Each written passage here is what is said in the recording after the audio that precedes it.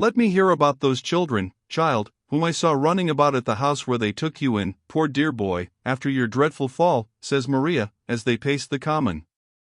Oh, that fall, Harry. I thought I should have died when I saw it. You needn't squeeze one's arm so. You know you don't care for me? The people are the very best, kindest, dearest people I have ever met in the world, cries Mr. Warrington. Mrs. Lambert was a friend of my mother when she was in Europe for her education. Colonel Lambert is a most accomplished gentleman, and has seen service everywhere. He was in Scotland with His Royal Highness, in Flanders, at Minorca. No natural parents could be kinder than they were to me. How can I show my gratitude to them? I want to make them a present, I must make them a present, says Harry, clapping his hand into his pocket, which was filled with the crisp spoils of Morris and March. We can go to the toy shop, my dear, and buy a couple of dolls for the children, says Lady Maria. You would offend the parents by offering anything like payment for their kindness. Dolls for Hester and Theo. Why, do you think a woman is not woman till she is 40, Maria? The arm under Harry's here gave a wince, perhaps, ever so slight a wince. I can tell you Miss Hester by no means considers herself a child, and Miss Theo is older than her sister. They know ever so many languages. They have read books, oh, piles and piles of books. They play on the harpsichord and sing together admirable, and Theo composes, and sings songs of her own. Indeed. I scarcely saw them. I thought they were children. They looked quite childish. I had no idea they had all these perfections, and were such wonders of the world. That's just the way with you women. At home, if me or George praised a woman, Mrs. Esmond, and Mountain, too, would be sure to find fault with her, cries Harry. I am sure I would find fault with no one who was kind to you, Mr. Warrington, sighed Maria, though you were not angry with me for envying them because they had to take care of you when you were wounded and ill, whilst I had to leave you. You dear good Maria. No, Harry. I am not dear and good. There, sir, you needn't be so pressing in your attentions. Look. There is your black man walking with a score of other wretches in livery. The horrid creatures are going to fuddle at the tea garden, and get tipsy like their masters. That dreadful Mr. Morris was perfectly tipsy when I came to you, and frightened you so. I had just won great bets from both of them. What shall I buy for you, my dear cousin? And Harry narrated the triumphs which he had just achieved. He was in high spirits, he laughed, he bragged a little. For the honor of Virginia I was determined to show them what jumping was, he said. With a little practice I think I could leap 2 foot farther. Maria was pleased with the victories of her young champion. But you must beware about play, child, she said. You know it hath been the ruin of our family. My brother Castlewood, Will, our poor father, our aunt, Lady Castlewood herself, they have all been victims to it. As for my Lord March, he is the most dreadful gambler and the most successful of all the nobility. I don't intend to be afraid of him, nor of his friend Mr. Jack Morris neither, says Harry, again fingering the delightful notes. What do you play at Aunt Bernstein's? Cribbage, all fours, brag, whist, commerce, piquet, quadrille? I'm ready at any of 'em. What o'clock is that striking? Sure 'tis 7. And you want to begin now, said the plaintive Maria. You don't care about walking with your poor cousin. Not long ago you did. Hey! Youth is youth, cousin, cried Mr. Harry, tossing up his head, and a young fellow must have his fling, and he strutted by his partner's side, confident, happy, and eager for pleasure. Not long ago he did like to walk with her. Only yesterday, he liked to be with Theo and Hester, and good Mrs. Lambert, but pleasure, life, gaiety, the desire to shine and to conquer, had also their temptations for the lad, who seized the cup like other lads, and did not care to calculate on the headache in store for the morning. Whilst he and his cousin were talking, the fiddles from the open orchestra on the parade made a great tuning and squeaking, preparatory to their usual evening concert. Maria knew her aunt was awake again, and that she must go back to her slavery. Harry never asked about that slavery, though he must have known it, had he taken the trouble to think. He never pitied his cousin. He was not thinking about her at all. Yet when his mishap befell him, she had been wounded far more cruelly than he was. He had scarce ever been out of her thoughts, which of course she had to bury under smiling hypocrisies, as is the way with her sex. "I know, my dear Mrs. Grundy, you think she was an old fool? Ah! Do you suppose fools' caps do not cover grey hair, as well as jet or auburn? Bear gently with our elderly Friediness, O you Minerva of a woman! Or perhaps you are so good and wise that you don't read novels at all.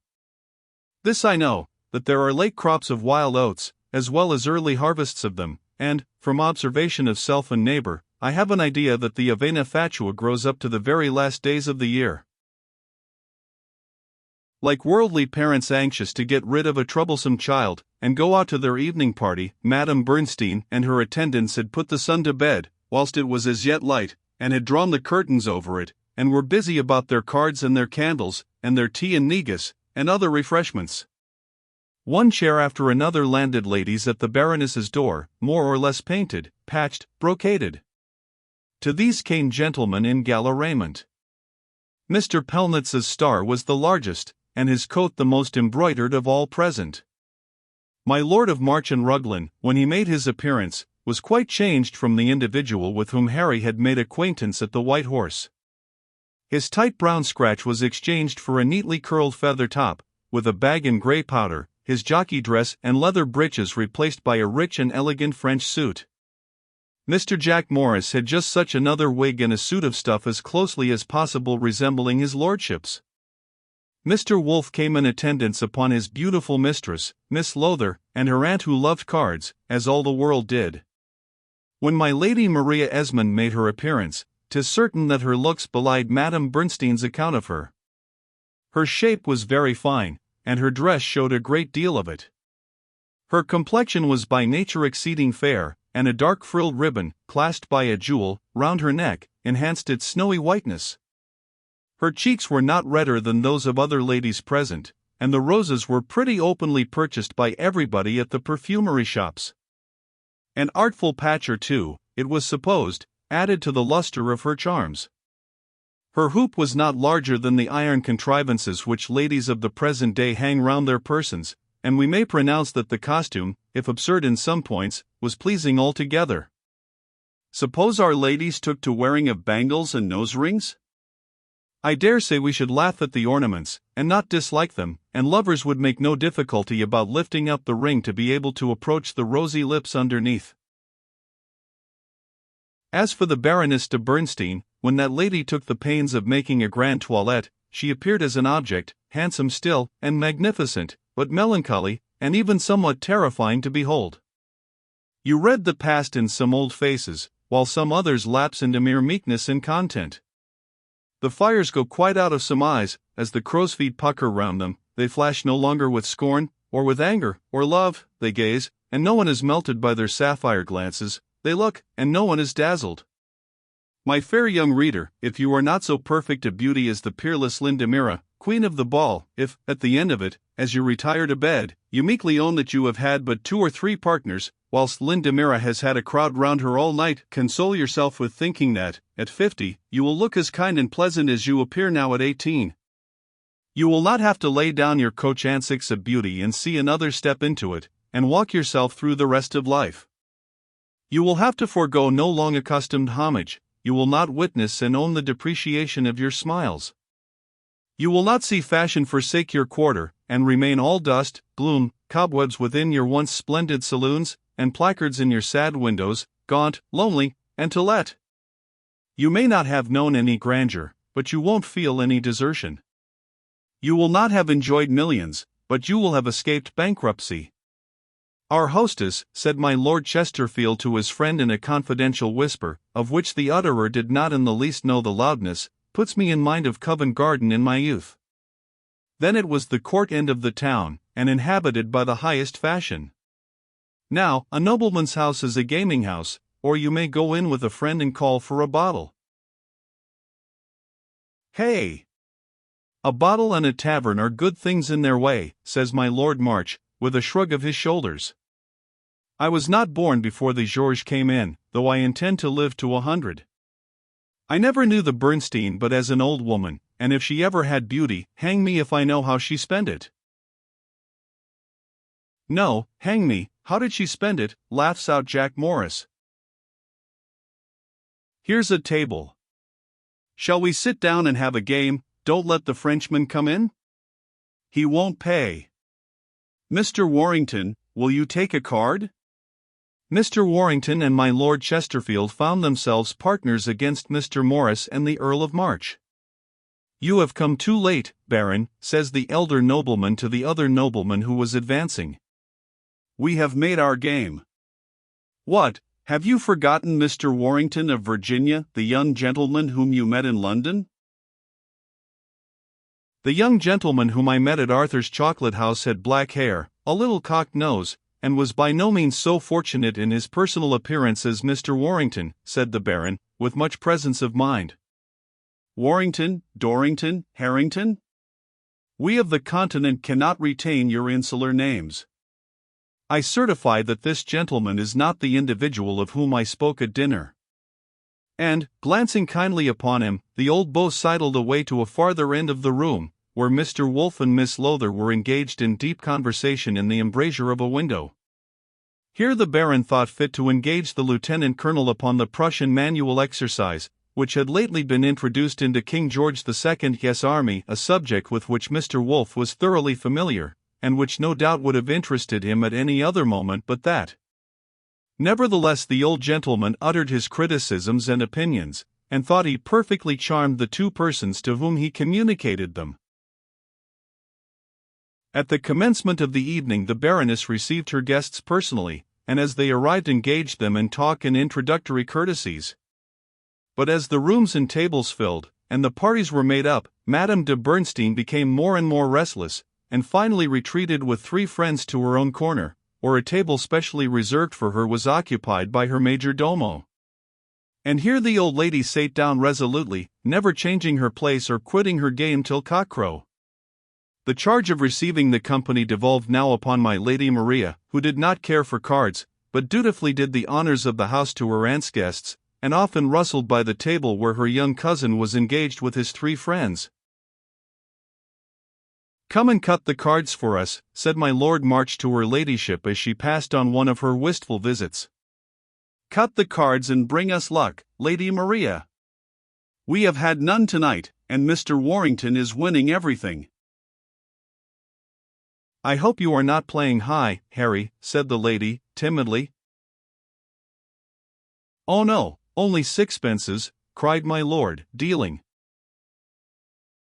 Only 6pences, echoed Mr. Morris, who was Lord March's partner. But Mr. Morris must have been very keenly alive to the value of 6pence, if the loss of a few such coins could make his round face look so dismal. My Lord Chesterfield sate opposite Mr. Warrington, sorting his cards. No one could say, by inspecting that calm physiognomy, whether good or ill fortune was attending his lordship. Some word, not altogether indicative of delight, slipped out of Mr. Morris's lips, on which his partner cried out, "Hang it, Morris, play your cards, and hold your tongue." Considering they were only playing for 6pences, his lordship, too, was strangely affected. Maria, still fondly lingering by Harry's chair, with her hand at the back of it, could see his cards, and that a whole covey of trumps was ranged in one corner. She had not taken away his luck.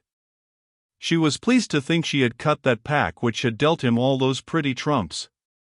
As Lord March was dealing, he had said in a quiet voice to Mr. Warrington, "The bet is before, Mr. Warrington, or shall we double it?" "Anything you like, my lord," said Mr. Warrington, very quietly. We will say, then, shillings. Yes, shillings, says Mr. Warrington, and the game proceeded. The end of the day's, and some succeeding day's sport may be gathered from the following letter, which was never delivered to the person to whom it was addressed, but found its way to America in the papers of Mr. Henry Warrington. Tunbridge Wells, August 10, 1756. Dear George, as White's 2 bottles of Burgundy and a pack of cards constitute all the joys of your life, I take for granted that you are in London at this moment, preferring smoke and faro to fresh air and fresh haystacks. This will be delivered to you by a young gentleman with whom I have lately made acquaintance, and whom you will be charmed to know. He will play with you at any game for any stake, up to any hour of the night, and drink any reasonable number of bottles during the play. Mr. Warrington is no other than the fortunate youth about whom so many stories have been told in the Public Advertiser and other prints. He has an estate in Virginia as big as Yorkshire, with the encumbrance of a mother, the reigning sovereign, but, as the country is unwholesome, and fevers plentiful, let us hope that Mrs. Esmond will die soon, and leave this virtuous lad in undisturbed possession. She is aunt of that Polison of a Castlewood, who never pays his play debts, unless he is more honorable in his dealings with you than he has been with me. Mr. W. is de bonne race. We must have him of our society, if it be only that I may win my money back from him. He has had the devil's luck here, and has been winning everything, whilst his old card-playing beldam of an aunt has been losing. A few nights ago, when I first had the ill luck to make his acquaintance, he beat me in jumping, having practiced the art amongst the savages, and running away from bears in his native woods. He won bets off me and Jack Morris about my weight, and at night, when we sat down to play, at old Brinstein's, he won from us all round. If you can settle our last Epsom account, please hand over to Mr. Warrington £350, which I still owe him, after pretty well emptying my pocketbook. Chesterfield has dropped 600 to him, too, but his lordship does not wish to have it known, having sworn to give up play and live cleanly.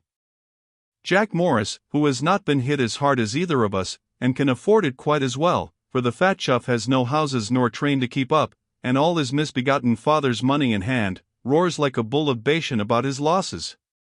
We had a second night's play, en petit comite, and Barbeau served us a fair dinner in a private room. Mr. Warrington holds his tongue like a gentleman, and none of us have talked about our losses, but the whole place does, for us. Yesterday the Caterina looked as sulky as thunder, because I would not give her a diamond necklace, and says I refuse her because I have lost 5,000 to the Virginian. My old Duchess of Q has the very same story, besides knowing to a fraction what Chesterfield and Jack have lost.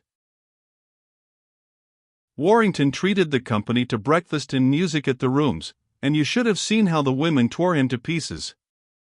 That fiend of a Caterina ogled him out of my vis-a-vis, and under my very nose, yesterday, as we were driving to Penshurst, and I have no doubt has sent him a billet doux ere this. He shot Jack Morris all to pieces at a mark. We shall try him with partridges when the season comes. He is a fortunate fellow, certainly. He has youth, which is not debauched by evil courses in Virginia, as ours is in England. He has good health, good looks, and good luck. In a word, Mr. Warrington has won our money in a very gentlemanlike manner, and, as I like him, and wish to win some of it back again, I put him under your worship's saintly guardianship. Adieu. I am going to the north, and shall be back for Doncaster. Yours ever, dear George. M.E.T.R. To George Augustus Selwyn, Esq., at White's Chocolate House, St. James's Street.